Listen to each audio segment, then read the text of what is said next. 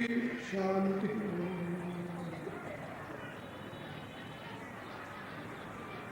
श्री राम जय जय राम।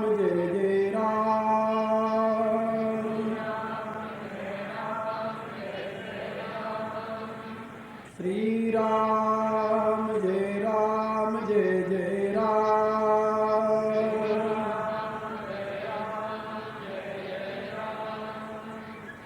श्री राम जय जय राम।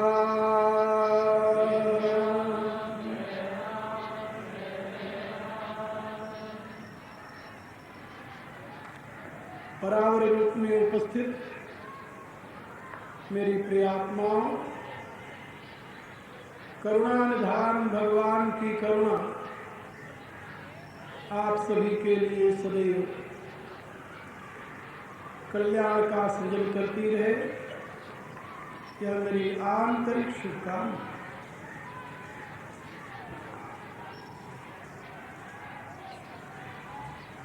कल के ज्ञान सत्र में मैंने आप लोगों से गीता के 17वें अध्याय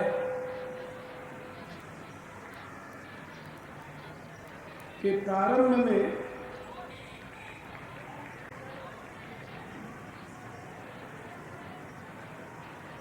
परम भागवत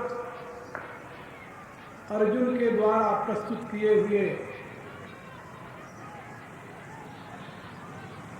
प्रश्न के संबंध में कुछ बातें समझाई।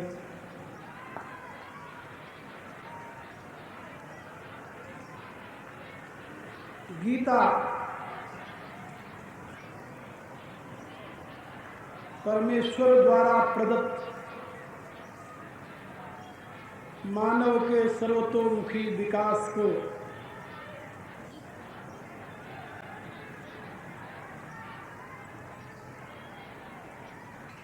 समुचित रूप से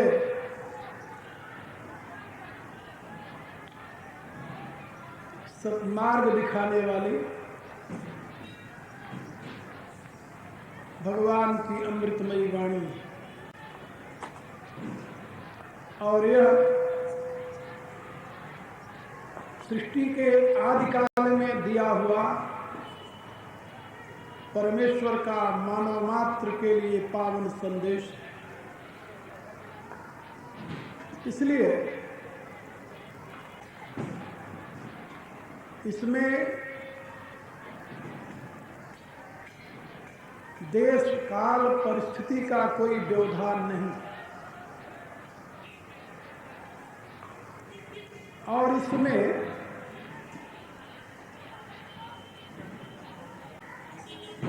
वर्ग लिंग जाति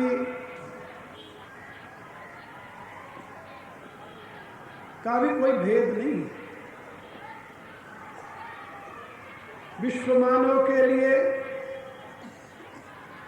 यह परमोपयोगी है, और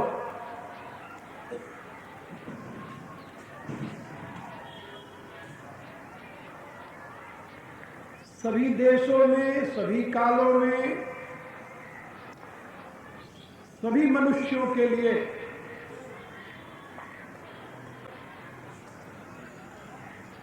यह जीवन के सर्वतोमुखी विकास की विधा प्रदान करती है। आपको ये जानकर आश्चर्य होगा, हजारों लाखों करोड़ों यूरोपियन और अमेरिकन आज इस गीता ज्ञान के पावन प्रकाश में स्वयं के जीवन को धन्य बना रहे हैं।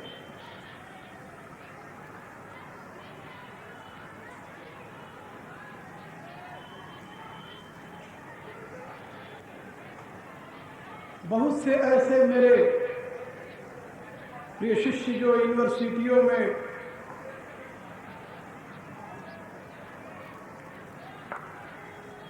प्राध्यापन कार्य करते हैं, तो मेरी गीता के वैज्ञानिक व्याख्या को अपने विद्यार्थियों में संस्कार रूप से प्रदान करते रहते हैं।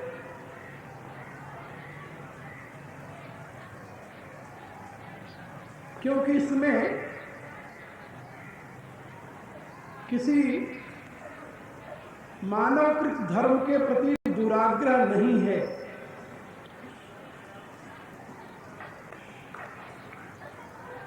ये परमात्मा का मानव के लिए संदेश है। आप भारतीय हैं, अमेरिकन हैं, यूरोपियन हैं, ऑस्ट्रेलियन हैं, कहाँ के हैं इससे कोई मतलब नहीं। आप हिंदू हैं, मुसलमान हैं, ईसाई हैं, यहूदी हैं, पारसी हैं, कौन है इससे कोई मतलब नहीं। मतलब केवल इतना ही है कि आप मनुष्य हैं।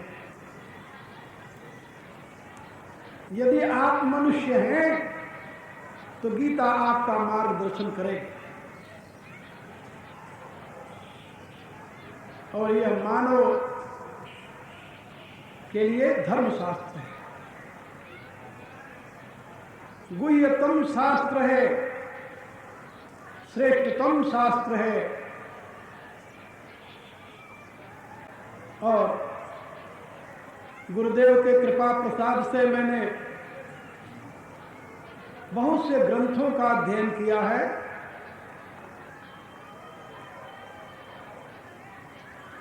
अपने ही नहीं, अन्य धर्मावलंबियों के भी। बाइबल, कुरान आदि जो प्रमुख ग्रंथ हैं उनका मैंने अध्ययन किया। लेकिन मैं विश्वास के साथ आपसे कह सकता हूं कि मानव मात्र के लिए यदि किसी ग्रंथ में सीख है और मानव के सर्वतोमुखी विकास की यदि किसी ग्रंथ में व्यवस्था है तो वह भगवद गीता है। हमारे धर्मशास्त्रों में कोई एक ऐसा ग्रंथ नहीं है जिसको मैं गीता की तुलना में रख सकूं और बता सकूं यहां एक ग्रंथ ये गीता की बराबरी करता है, नहीं। हाँ, संपूर्ण उपनिषदों को इकट्ठा कर लिया जाए और उसके साथ संपूर्ण संहिता भाग को इकट्ठा कर लिया जाए, ब्राह्मण भाग को इकट्ठा कर लिया जाए और उनके सार सिद्धांत को यदि निचोड़ा जाए, तब भी ये साहस के साथ नहीं कहा जा सकता ये सार सर्वस्व गीता की क्षमता कर सकता है। कारण क्या? कारण ये है कि ये जितने ग्रंथ हैं, इन ग्रंथों के प्रवक्ता ऋषि, कुछ के प्रणेता ऋषि हैं, कुछ के प्रवक्ता ऋषि हैं, कुछ के दृष्टा ऋषि हैं। लेकिन गीता का वक्ता तो कोई ऋषि नहीं है, वह तो स्वयं श्रीमन्नारायण है। हमारे यहां जितने धर्मशास्त्र हैं वे संपूर्ण धर्मशास्त्र भगवान व्यासदेव के प्राय पहले के हैं। और भगवान व्यासदेव ने स्वयं अपने महान ग्रंथ में बात कही, गीता सुगीता कर्तव्या कि मन्नय शास्त्र संग्रह या स्वयं पद्मनाभस्य दुःखमादृश्य। गीता को यदि भली प्रकार से श्रवण मनन निधिध्यासन और चिंतन के द्वारा जान लिया जाए तो अन्य शास्त्रों के संग्रह की आवश्यकता नहीं रह जाती। क्यों नहीं रह जाती? इसलिए कि अन्य शास्त्र जो है ऋषि प्रणीत हैं, और या स्वयं पद्मनाभस्य मुखपद्माग्र, और यह गीता तो स्वयं श्री पद्मनाभ के मुखारविंद से विनिश्चित है, भगवान के मुखारविंद से विनिश्चित है।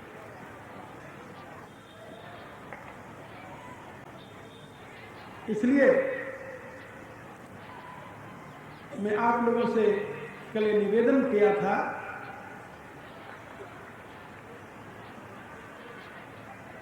कि गीता का आप चिंतन करें, मनन करें, अध्ययन करें। परम प्रमाण के रूप में यदि कुछ ग्राह्य है तो भगवत गीता है। और दुनिया में जितने न्यायालय हैं, सभी न्यायालयों में शपथ खाने के लिए कुछ ग्रंथ रखे हुए होते हैं। आप लोग जानते हैं। और दुनिया के न्यायालयों में हिंदुओं के लिए किसी न्यायालय में वेद नहीं रखा है, न रामायण रखी गई है, न कोई पुराण रखा गया है। केवल एक ग्रंथ आपको दुनिया के सभी न्यायालयों में मिलेगा हिंदुओं के लिए शपथ खाने का, वह है भगवत गीता। जैसे दुनिया भर के मुसलमानों के लिए वहां कुरान रखी गई है, दुनिया भर के क्रिश्चियनों के लिए वहां बाइबल रखी गई है, ऐसे विश्व के संपूर्ण हिंदुओं के लिए वहां गीता रखी गई है। इसलिए मैं आप लोगों से निवेदन कर रहा था कि शास्त्र जालम महारेयम चित्त भ्रमण कारण, ये शास्त्र जाल जो है महाआरण्य है, महान जंगल है, चित्त को भ्रमित कर देता है। इस ग्रंथ में ये लिखा है, इस ग्रंथ में ये लिखा है, तो कौन सी बात माननी चाहिए? आप भ्रम में पड़ जाएंगे। इस महारण्य में यदि आप प्रवेश करेंगे तो आप भ्रम में पड़ जाएंगे, क्योंकि सभी शास्त्र ऋषियों के लिखे हुए हैं और सभी ऋषि अपने चित्त की अवस्था के अनुसार ही उस सत्य की अनुभूति करके मानव के लिए प्रदान किया है। यही तो कारण है कि शास्त्रों में विभिन्न प्रकार की विधाएं हमें प्राप्त होती हैं। किस पर विश्वास किया जाए? वाल्मीकि पर या व्यास पर या वशिष्ठ पर या गौतम खड़ादि पर या विश्वामित्र आदि ऋषियों पर? किस पर विश्वास किया जाए? सभी ऋषि अपने आप में पूर्ण है, महान है, तत्वद्रष्टा है, मंत्रद्रष्टा है, और सबकी बातें अपने अपने स्तर से भिन्न है आपके कल्याण के लिए, इसमें कोई संदेह नहीं। लेकिन यदि आप बहुत सी ऋषियों की बात सुन करके और भ्रम में पड़ जाएंगे कि क्या करनी है क्या नहीं करनी है, तो अर्जुन की तरह आपकी भी बुद्धि हो जाएगी।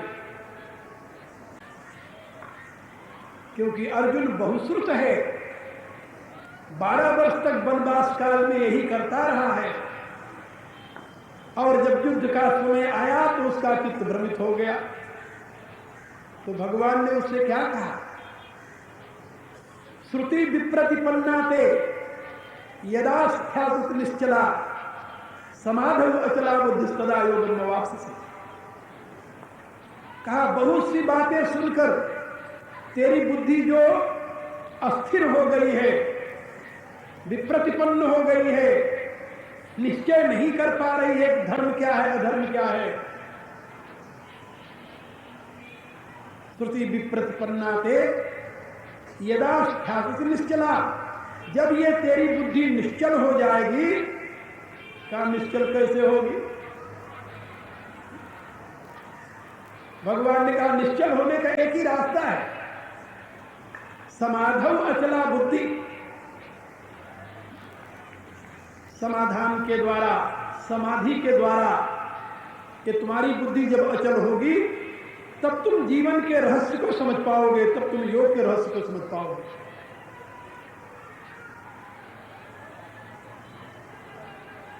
मेरे कहने का अभिप्राय, आस्थावान होकर भगवत गीता को अपने जीवन का अवलंबन बनाई। आपके संपूर्ण प्रश्नों की व्यवस्था गीता में है। ये ठीक है, गीता एक दार्शनिक ग्रंथ है, लेकिन उसमें तत्व विज्ञान, भाव विज्ञान, कर्म विज्ञान, इन तीनों का इतना रहस्यमय उद्घाटन किया गया है जिसकी तुलना किसी अन्य ग्रंथ से नहीं की जा सकती। इतना ही नहीं, जहां पर अन्य ग्रंथ कर्मकांड की विधियों की व्यवस्था देते हैं, वहां गीता केवल एक ही विधि मानती है, एक ही विधि। और वह विधि क्या है?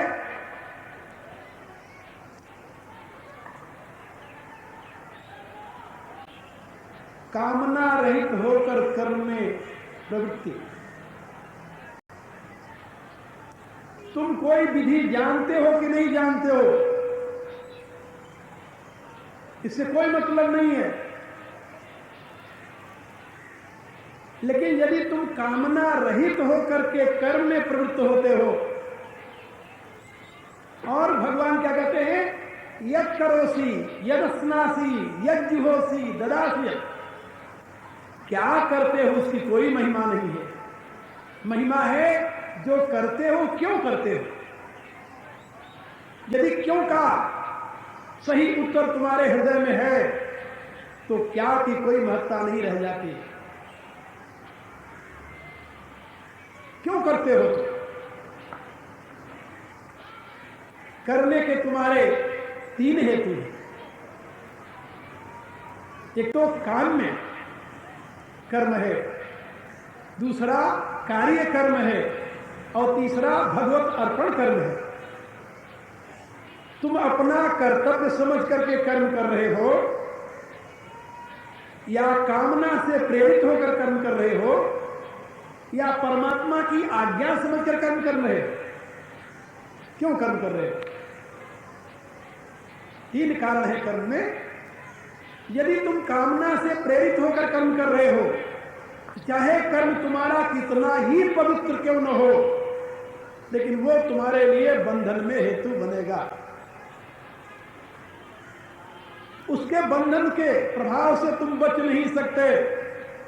और यह भी याद रखो कि वो कर्म कभी भी तुम्हें किसी भी अवस्था में संतुष्टि प्रदान नहीं करेगा। यदि कर्म सकुशल पूर्ण हो जाएगा तो तुम्हारी अभिष्ट सिद्धि होगी, लेकिन अभिष्ट सिद्धि होते ही दूसरी अभिलाषा पुनः जागृत हो जाएगी और तुम उस प्रवाह में बह चलोगे। हाँ, यदि कामना से प्रेरित होकर नहीं, कर्तव्य की दृष्टि से तुम कर्म कर रहे हो कि करना मेरा कर्तव्य है इसलिए मैं कर रहा हूं, ठीक है,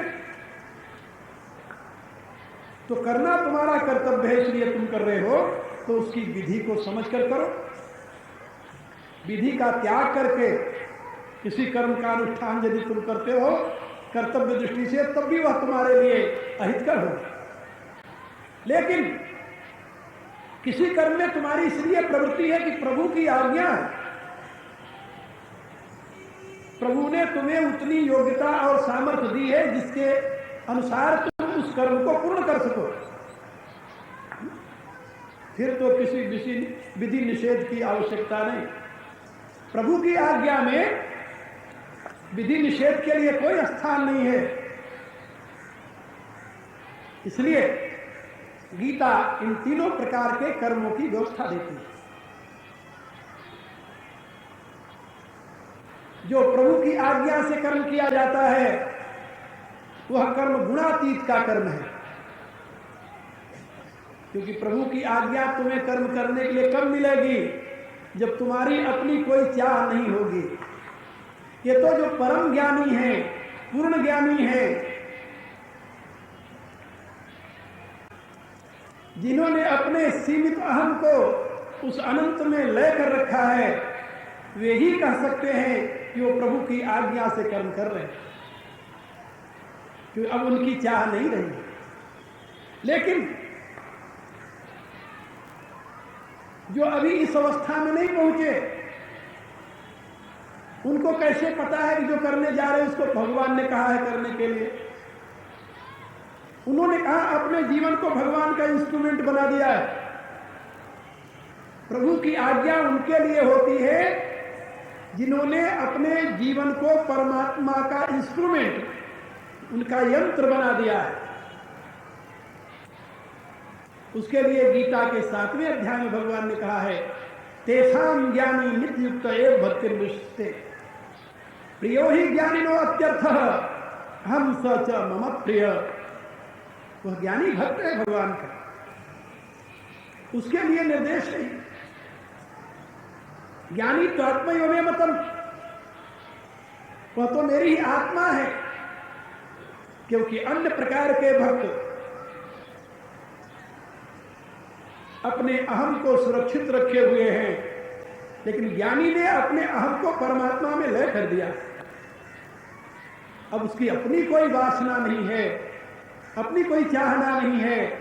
जहां मनुष्य की अपनी कोई चाहना शेष नहीं रहती, वहीं पर भगवान की आज्ञा का अनुभव होने लगता है कि अब ये करना है। जैसे भगवान मारुति,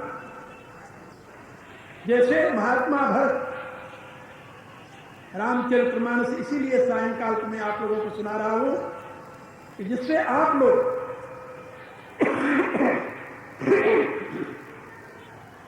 गीता प्रतिपादित सिद्धांतों का जो क्रियात्मक स्वरूप है, व्यवहारिक जो स्वरूप है, उसको आप समझ सकें। क्योंकि एक परमात्मा का दिया हुआ उपदेश है और दूसरा परमात्मा का किया हुआ चरित्र है। क्योंकि भगवान ने जो कुछ कहा है वही करके दिखाया है। इसलिए सवेरे आपको मैं बताता हूं कि भगवान ने आपके लिए ये कहा है, और सायंकाल को ये बताता हूं कि भगवान ने आपके सामने करके दिखाया है। आपको इससे पूर्ण बोध हो जाएगा।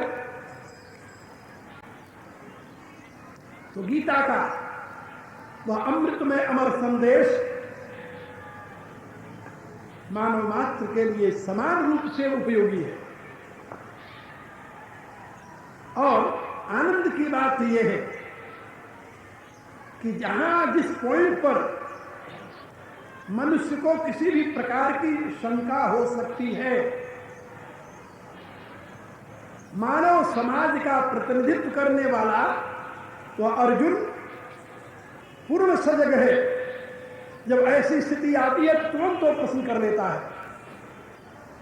अर्जुन के वो प्रश्न नहीं है, प्रश्न है मानव हृदय के।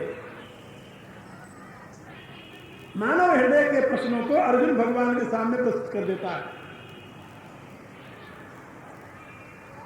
जब भगवान ने ये कहा, उत्सृज्य शास्त्रम विधि उत्सृज्य वर्तते काम कार्य न ससिद्धिम मवाप्नोति न सुखम न परांगति। यह शास्त्र विधि उत्सृज्य। जो व्यक्ति शास्त्र की विधि का त्याग करके कामना से प्रेरित होकर कर्म में प्रवृत्त हो जाता है, उसको न तो सिद्धि मिलती है, न सुख मिलता है, न मोक्ष मिलता है। अर्जुन को यहां प्रश्न करने का अवसर मिल गया कि बहुत ऐसे लोग हैं जो शास्त्र की विधि को तो नहीं जानते, लेकिन श्रद्धावान होते हैं। कर्म में दो प्रकार की महत्वपूर्ण विधाएं समझाई गई हैं। आप सभी जानते हैं, मनुष्य होने के नाते आपको अपना अनुभव है कि कर्म तो आपके भाव की अभिव्यक्ति है और भाव आपके विचार की अभिव्यक्ति है। जैसा आप जानते हैं वैसी ही आप भावना बनाते हैं, जैसी भावना होती वैसे कर्म में प्रवृत्त हो जाते हैं। क्योंकि दुनिया में जहां भी मैं कहीं घूमा हूं, सब जगह मुझे मनुष्य के पास केवल 3 साधन दिखाई दिए: बुद्धि, हृदय और हाथ। और इन तीनों के योग से ही कर्म बनता है। कोई दुनिया में ऐसा मनुष्य नहीं मिला जिसके पास ये तीनों न हो, और कोई ऐसा नहीं मिला जिसके कर्म में इन तीनों का थोड़ा बहुत सहयोग न हो। अंतर इतना जरूर है कि हाथ के सक्रिय होने में प्रधानता किसकी है? हृदय की प्रधानता है या बुद्धि की? बस इतना अंतर होता है। किसी के हाथ हृदय की प्रधानता में उठ जाते हैं और किसी के हाथ बुद्धि के प्रकाश में सक्रिय होते हैं। ये दोनों ही साधन हैं और दोनों का महत्वपूर्ण स्थान है। और ये बात सत्य है कि मनुष्यों में बहुत कम लोग मिलेंगे जिसके हृदय और बुद्धि में बैलेंस है।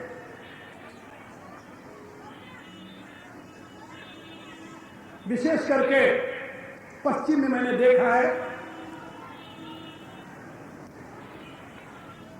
क्योंकि जब से मैंने वैज्ञानिक अध्ययन प्रारंभ किया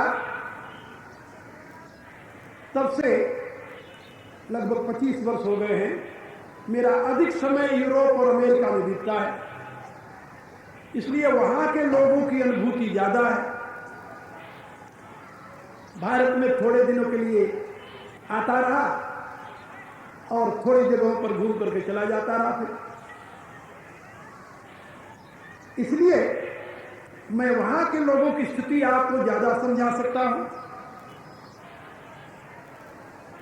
क्योंकि 25 वर्ष बहुत होता है जीवन का। जब वहां के समाजशास्त्री मेरे से प्रश्न करते हैं कि इस समय मानव में जो अव्यवस्था है हमारे समाज में, इसमें मूल कारण क्या है, तो मैं उनको यही बताता हूं कि there emotion is uncontrolled emotion. They have no strong wisdom. Due to that, uncontrolled emotion become root cause of suffering now, and that become root cause of many kinds of diseases too. Because you will find there are many kinds of diseases related with emotion only. यानी कहने का अभिप्राय, जब व्यक्ति का हृदय ज्यादा प्रबल हो जाता है तो उसकी बुद्धि बेचारी पीछे हो जाती है, और जब बुद्धि पीछे हो जाती है, दब जाती है, अपना पूरा कार्य नहीं कर पाती, तो बिना विचारे उत्तेजना में आकर के मनुष्य कर्म में प्रवृत्त हो जाता है। और जब उस कर्म का परिणाम उसके सामने दुखद आता है तो वो फ्रस्ट्रेटेड हो जाता है, निराश होता है, दुखी होता है, फिर रोता है बैठ करके। फिर अनेकों प्रकार की बीमारियां लग जाती हैं। ये जितने धर्म के नाम पर संघर्ष होते हैं ये सब इमोशनल है, याद रखो। धर्म के नाम पर जितने संघर्ष होते हैं दुनिया में, I can say short, these all conflicts are only result of emotion. There is no wisdom, no wisdom, no intellect, no knowledge, only emotion. अरे भावना में ही आकर तो बहता है आदमी। एक ने कहा धर्म खतरे में, दूसरे ने मान लिया कि धर्म खतरे में हो गया। अरे भले आदमी, धर्म जो विश्व को धारण करने वाली सत्ता है, उसको किससे खतरा हो सकता है? ये पृथ्वी पर कीड़े मकोड़ों की तरह चलने वाले मनुष्य जीव क्या उस धारणा धर्म को नष्ट कर सकते हैं? असंभव। इनके तो वहां तक पहुंच ही नहीं है। उसकी तरफ मुंह करते ही अपने आप नष्ट हो जाएंगे यदि कुप्रवृत्ति से उसकी तरफ देखे तो। लेकिन नहीं, जहां एक में नारा की भावनाओं में बहते हुए धर्म की रक्षा के लिए दौड़ पड़े हो। और इतना ही नहीं, कभी कभी उत्तेजना में आकर बिना सोचे समझे जिससे कह दिया जाए कि इसके द्वारा धर्म खतरे में है तो उसका नाश करने पर तुल गए। यही हो रहा है धर्म के नाम। इसलिए मैं आप लोगों को बता रहा था कि emotion is the root cause of mental and physical diseases, uncontrolled emotion and all ability, all kinds of power is residing always into emotion. There is no doubt. सब प्रकार की शक्तियां कहां निवास करती हैं? भावमयी शक्ति। हमारे यहां ऋषियों ने समझाया, न देवे विद्यते काष्ठे पाषाणे न च मृण्मये। जब तुम देव की पूजा करते हो, किसी देवता को पूजते हो, पाषाण के रूप में लकड़ी से बने हुए, जगन्नाथ जी लकड़ी से बनाए जाते हैं, नीम की लकड़ी से। जगन्नाथ जी जो है वो नीम की लकड़ी के बनाए जाते हैं। अपनी सारी मूर्तियां पाषाण की बनाई जाती है, कुछ मेटल की भी बनाई जाती है। तो ऋषि निर्देश करते हुए कह रहा है, सजग करते हुए, याद रखो, न देवो विद्यते काष्ठे। वह देव किसी लकड़ी में नहीं है। पाषाणे न च मृण्मये, वह पाषाण में भी नहीं है, वह मृतिका में भी नहीं है। फिर कहा रहता है? कहता है वो तुम्हारी भावना में रहता है। भाव है विद्यते देव, तस्मात् भाव है कारण। वह देव तुम्हारी भावना में है, इसलिए तुम्हारी भावना ही कारण है। भावना के बल पर जिस काली के माध्यम से रामकृष्ण परमहंस ने काली को साक्षात्कार किया था, वही काली की मूर्ति आज भी कलकत्ता में रखी हुई। कितने आदमी उसमें से भगवती का दर्शन कर रहे हैं और कितने उनकी आराधना करके रामकृष्ण बन रहे हैं। इसलिए और भावना, emotion is very good thing, that is divine, really divine gift. लेकिन कब? जब वो अंडर कंट्रोल हो। इसीलिए हमेशा मन को बस में करने की सीख दी जाती है। किसी को यह नहीं कहा गया कि तुम बुद्धि को बस में करो। किसी ने कहा कि अपनी बुद्धि को बस में करो? नहीं। क्या कहा? मन को बस में करो। मन माने सोर्स ऑफ इमोशन और बुद्धि माने सोर्स ऑफ नॉलेज। जो ज्ञान का स्रोत है उसको बुद्धि कहते हैं, जो भाव का स्रोत है उसको मन कहते हैं।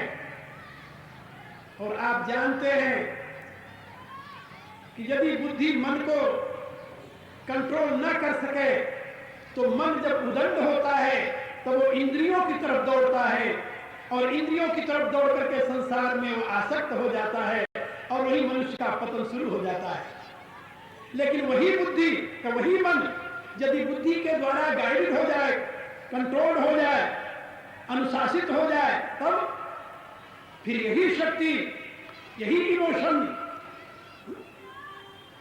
टूवर्ड्स डिवाइन सोर्स, परमात्मा की तरफ झुक जाता है। और जब यह परमात्मा की तरफ झुक जाता है तो परिणाम क्या होता है जानते हो? तुम साक्षात परमात्मा स्वरूप हो जाते हो। इसीलिए किसी संत ने कहा, मन ही देवता मन ही ईश्वर।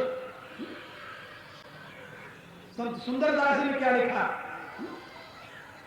मन ही जग विस्तरी रहो, मन ही रूप कुरूप, सुंदर यह मन, जीव है मन ही ब्रह्म स्वरूप। इमोशन की बड़ी महिमा है, भावना की बड़ी महिमा है। भावमयी शक्ति ही क्रिया में हेतु बनती है, लेकिन वो भावमयी शक्ति जो है वह ज्ञान के प्रकाश से अनुशासित होनी चाहिए। और ज्ञान का प्रकाश कहां से मिलेगा? ज्ञान का प्रकाश मिलेगा शास्त्र से और सदगुरु से, साधना से। तीन स्रोत हैं ज्ञान को प्राप्त करने के लिए: सदगुरु, शास्त्र और साधना। तीनों से ज्ञान की प्राप्ति होती है। कबीर आज शास्त्र नहीं पढ़े थे, लेकिन ब्रह्मज्ञानी थे, तत्वज्ञ थे। कैसे? गुरु कृपा प्रसाद से। गुरु कृपा से कबीर ने सब जगह यही बात कही है, हम तो तर गए गुरु कृपा से, शब्द डोर गए उतरे पार। इसीलिए उन्होंने गोविंद से भी श्रेष्ठ गुरु को स्वीकार किया।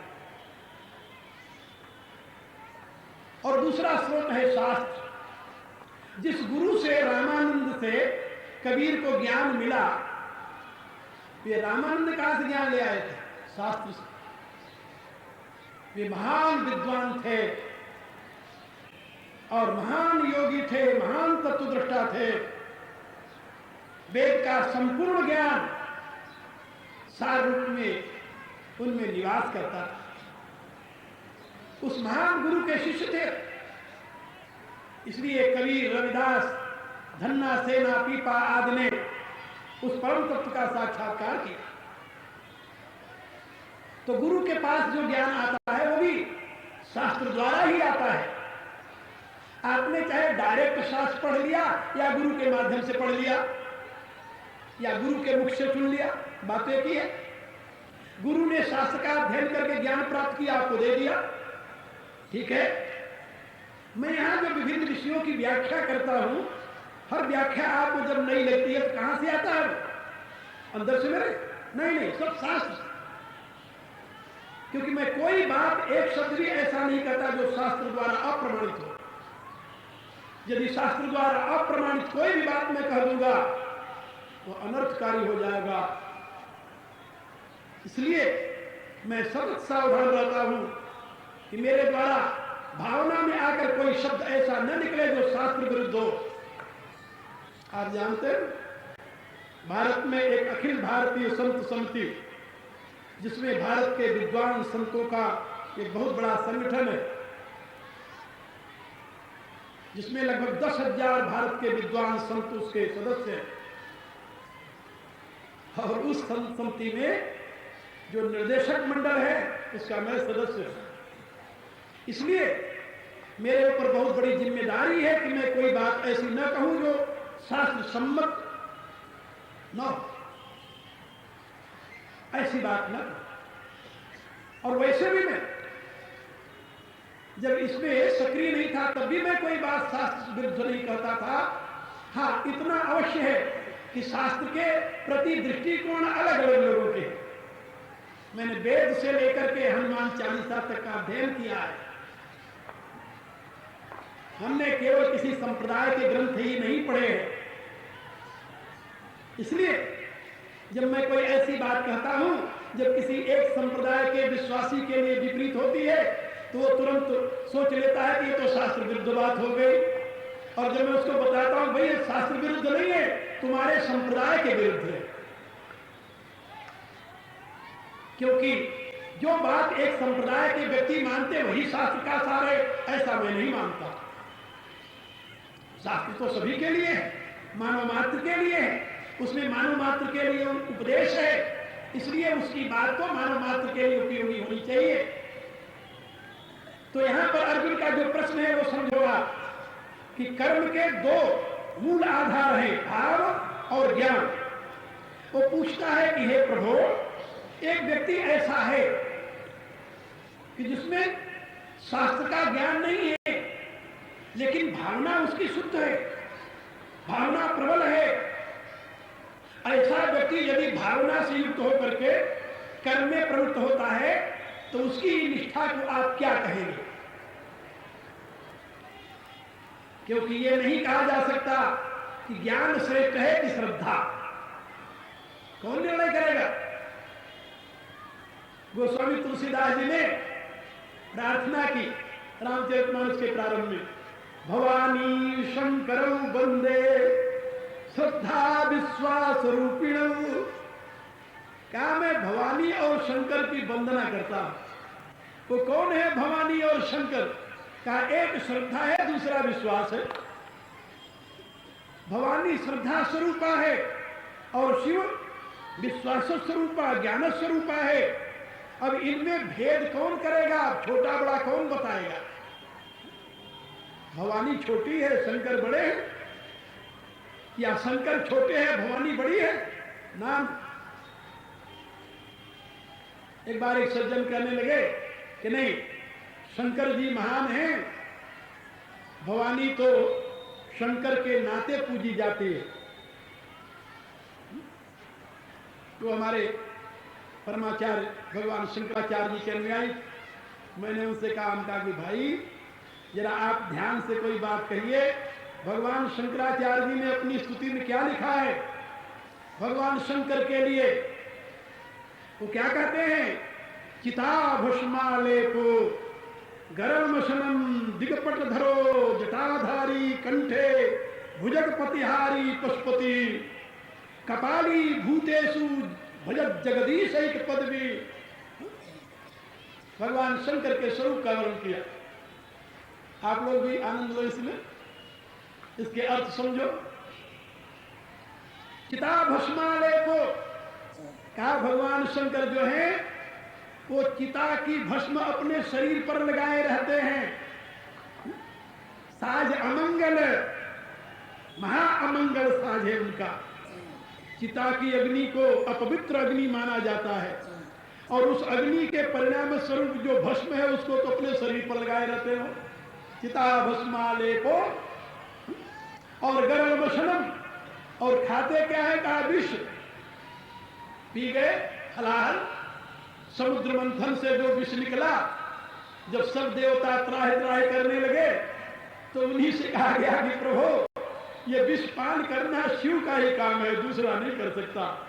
तो उन्होंने आंख बंद करके उसको पान, गरल मशनम, और वस्त्र भी नहीं पालने के लिए दिगपट धरो, नंगे बिल्कुल दिगंबर।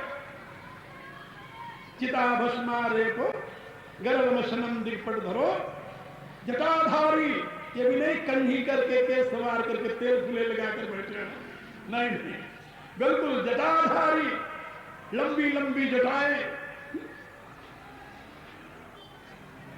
कंठे भुजगपतिहारी, और उनके गल में कोई मोतियों की माला नहीं, सोने की माला नहीं, फिर वैजयंती माला नहीं है और न तो बनमाला ही है। उनके गल में तो सर्पों की माला है। जटाधारी कंठे भुजगपतिहारी पशुपति, चढ़ने के लिए उन्होंने कोई ऐरावत हाथी नहीं चुना और न तो बाजीसरवा घोड़ा चुना, न कोई दिव्य रथ चुना। क्या चुना? बैल। बैल के ऊपर सवारी करते हैं। जटाधारी कंठे भुजगपतिहारी पशुपति, और कपाली भूतेषु, और कपाली मुंडों की माला गल में धारण कर रखा। कपाली भूतेषु, और भूतों के अधिपति हैं। ऐसे अमंगल वेशधारी शिव जो है वो भजत जगदीश एक पद भी, उनको जगदीश्वर का पद मिल गया। ये जगदीश्वर का पद कैसे मिला? तो भगवान शंकराचार्य जी कहते हैं, भवानी तत्पाणी ग्रहण परिपाती फल। उनको ये जो पदवी मिली जगदीश्वर की, हे भगवती, केवल तुम्हारे द्वारा स्वीकार करने से। तुम यदि उनको पति रूप में स्वीकार न करती तो उनको कोई जगदीश्वर न कहता। अब बताइए, तो जगदीश्वर को जगदीश्वर प्रदान करने वाली वो उमा भगवती श्रेष्ठ है या स्वयं जगदीश श्रेष्ठ है, कौन निर्णय करेगा? कोई निर्णय नहीं कर सकता, क्योंकि दोनों अर्धनारीश्वर हैं। ये तो देखा है ना, एक ही स्वरूप के दो भाग हैं और आधे की कोई महिमा नहीं होती, चाहे वो हो चाहे वो हो, और भाग कौन सो, दाहिना हो चाहे बायां हो, कोई अंतर नहीं पड़ता। आप जानते हैं ना, आपके मस्तिष्क के दो भाग हैं, लेफ्ट और राइट, और इसमें से एक भाग वो है जो सारी स्मृतियों को संग्रहित करता है, और एक भाग वो और ज्ञान का स्रोत बनता है। एक भाग वो है जहां सारे इमोशन इकट्ठे होते हैं। आजकल इसका अनुसंधान चल रहा है। तो मैं आप लोगों से निवेदन कर रहा था कि जैसे मस्तिष्क के राइट एंड लेफ्ट दोनों भाग महत्वपूर्ण हैं, ऐसे ही श्रद्धा और ज्ञान दोनों की बराबर की महिमा है। एक को अलग कर देने से दूसरे का अस्तित्व खतरे में पड़ जाता है। ज्ञान ही तो विश्वास का आधार बनता है। तुलसीदास जी ने लिखा है, जाने बिनु होय प्रतीति, बिना ज्ञान के विश्वास नहीं बनता। इसलिए भवानी श्रद्धा स्वरूपा है और भगवान शंकर ज्ञान स्वरूप है। श्रद्धा श्रेष्ठ है या ज्ञान श्रेष्ठ है, कौन निर्णय करेगा? ज्ञान नहीं है लेकिन श्रद्धा है। श्रद्धा से आदमी कर्म में प्रवृत्त होता है। श्रद्धा नहीं है, ज्ञान है। बिना श्रद्धा ज्ञान के प्रकाश में आदमी कर्म में प्रवृत्त होता है। अब बताइए, उन दोनों में श्रेष्ठ कौन है? एक बिना ज्ञान के श्रद्धा द्वारा कर्म करता है और दूसरा बिना श्रद्धा के ज्ञान द्वारा कर्म करता है। इनमें से श्रेष्ठ किसको माना जाए? ये प्रश्न है अर्जुन का। छोटा सा प्रश्न नहीं है। और आजकल तो आप देख रहे हो ना, ज्ञान की क्या गति हो रही है। कहीं से भी तो यथार्थ ज्ञान मिलने की आशा नहीं दिखाई दे रही है।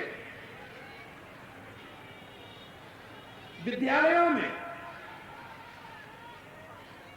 नर्सरी से लेकर के और पीएचडी तक, डीलिट तक कहीं भी यथार्थ ज्ञान के लिए स्थान नहीं। कुछ पुस्तकें पढ़ करके यदि एक पुस्तक लिख दे तो रिसर्च पूरी हो जाती है,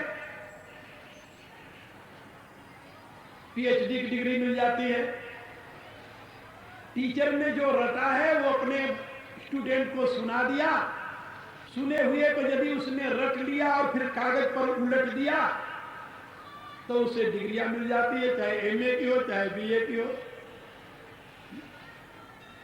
अलिफ से लेकर के एमए तक यही चलता है। अब बताइए, उधर ज्ञान का तो स्थान नहीं रहा। और जितने सत्संग होते हैं, सत्संग के इस समय दो विभाग बन गए हैं। एक तो सत्संग है जिसमें नाचो गाओ, बुद्धि का कोई प्रयोग नहीं करो, क्योंकि बुद्धि प्रयोग करेगा तो स्ट्रेस पड़ेगा दिमाग पर। तो दिमाग के स्ट्रेस को दूर करने के लिए तो सत्संग में आए। एक सज्जन कहने लगे मेरे से कि स्वामी जी, आपके व्याख्यान में बड़ी चौकसी रखनी पड़ती है, जरा सा इधर उधर हुआ तो सारा मामला गड़बड़ हो जाता है। हम कहा फिर तुम कहना क्या चाहते हो? अरे कहा कोई बीच में मनोरंजन की बातें भी कर दिया करो। हम कहा बीच में मनोरंजन नहीं, फुल मनोरंजन देने वाले आजकल बहुत संत मिल जाएंगे तुम्हें, जो स्टेज पर तुम्हें नाच करके भी दिखा देंगे, हर एक प्रकार की क्रिया करके दिखा देंगे। तुम्हारे इमोशन को उभारने के लिए ऐसे बहुत कथावाचक मिल जाएंगे। लेकिन याद रखो, ये अनकंट्रोल्ड इमोशन विदाउट विजडम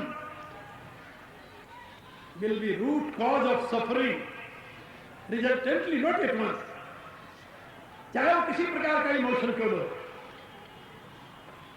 विवेक के अभाव में तुम्हारे हृदय का भाव तुम्हें किसी लक्ष्य तक पहुंचाने में सक्षम नहीं हो सकता, क्योंकि भाव अंधा है। भाव पे आंखें नहीं होती, आंखें तो बुद्धि की हैं, ज्ञान की हैं, और ज्ञान के प्रकाश में भाव आगे बढ़ता है। भाव बल का केंद्र है, बल का, उसमें बल तो है, शक्ति तो है, लेकिन दृष्टि नहीं है। और दृष्टिहीन शक्ति लेकर क्या करोगे तुम? सोचो। इसलिए सावधान हो जाओ। यदि पूर्ण जीवन जीना है तो ज्ञान के प्रकाश में अपनी भावनाओं को चैनलाइज करते हुए, and same emotion turned into form of devotion in the light of knowledge. There is no other way. यही तुम्हारी भावनाएं भक्ति में परिवर्तित हो जाएंगी यदि तुम ज्ञान के प्रकाश में इनका प्रयोग करोगे तो। बुद्धि के प्रकाश में हृदय का संयमन ही जीवन को लक्ष्य तक पहुंचाने में सहायक होता है। अर्जुन ने जो प्रश्न किया है, ज्ञान तो नहीं मिला लेकिन श्रद्धा तो है, भावना तो है, कुछ करना चाहता है, बिना किए रह नहीं सकता, और यदि श्रद्धायुक्त कर्म किया जाए तो उस व्यक्ति के कर्म का क्या परिणाम हो? उसकी श्रद्धा, उसकी भावना उसे कहां ले जाएगी? यह अर्जुन का प्रश्न है। लेकिन यहां पर उसने एक बात कही, ये शास्त्र विधि उत्सृज्य यजन्ते श्रद्धयान्विता। पहला प्रश्न है, तेषां निष्ठा तु का कृष्ण सत्यमावर स्तम। हाँ, ये अर्जुन भी जानता है कि ज्ञान के प्रकाश में जो केवल भाव है वो उसे लक्ष्य की ओर तो नहीं ले जाएगा, नहीं ले जाएगा, अर्जुन जानता है। फिर उसका प्रश्न किस विषय में? उसका प्रश्न ये है कि जो कर्मों के विभाग हैं, ये सात्विक कर्म है, ये राजस कर्म है, ये तामस कर्म है, तो बिना ज्ञान के यदि श्रद्धा द्वारा कर्म किया जाए तो उस कर्म को हम किस श्रेणी में रखें? सतोगुण की श्रेणी में रखें या रजोगुण और तमोगुण की श्रेणी में रखें? किस श्रेणी में रखी जाएगी? वह क्रिया जो भाव में आकर के, श्रद्धा के प्रवाह में आकर की जाती है। तेषां निष्ठा का कृष्ण, निष्ठा माने निशेषेण स्थिति। अब उस व्यक्ति की कहां स्थिति है, उसकी अंतरात्मा कहां अवस्थित होती है, कहां प्रतिष्ठित है? सतोगुण में है, रजोगुण में है या तमोगुण में है? किस गुण में है? क्योंकि यदि वो सतोगुण में है फिर तो आशा है कि आज नहीं तो कल उसे ज्ञान मिल जाएगा, और यदि रजोगुण में है और तमोगुण में है फिर तो आशा नहीं,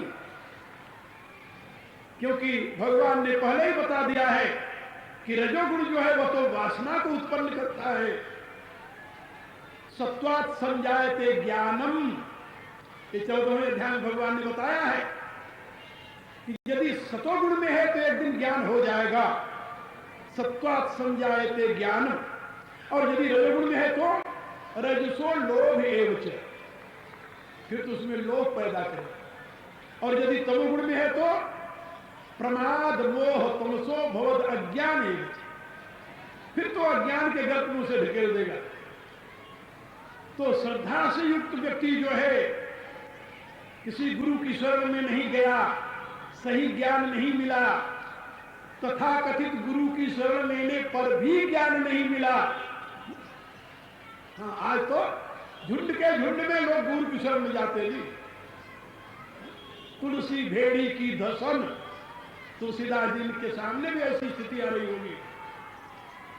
तभी तुलसीदास जी ने कहा कि ये जनता नहीं है, भेड़िया जमात है, बुद्धि के ऊपर ताला लगा हुआ है।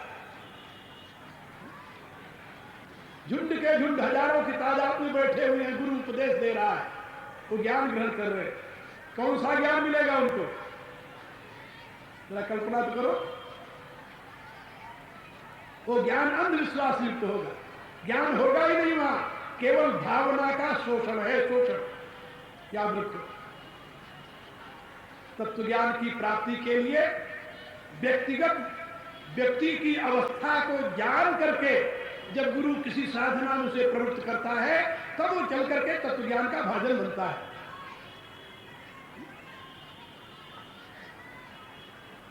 गुरु शिष्य का संबंध राजनेताओं का संबंध नहीं है,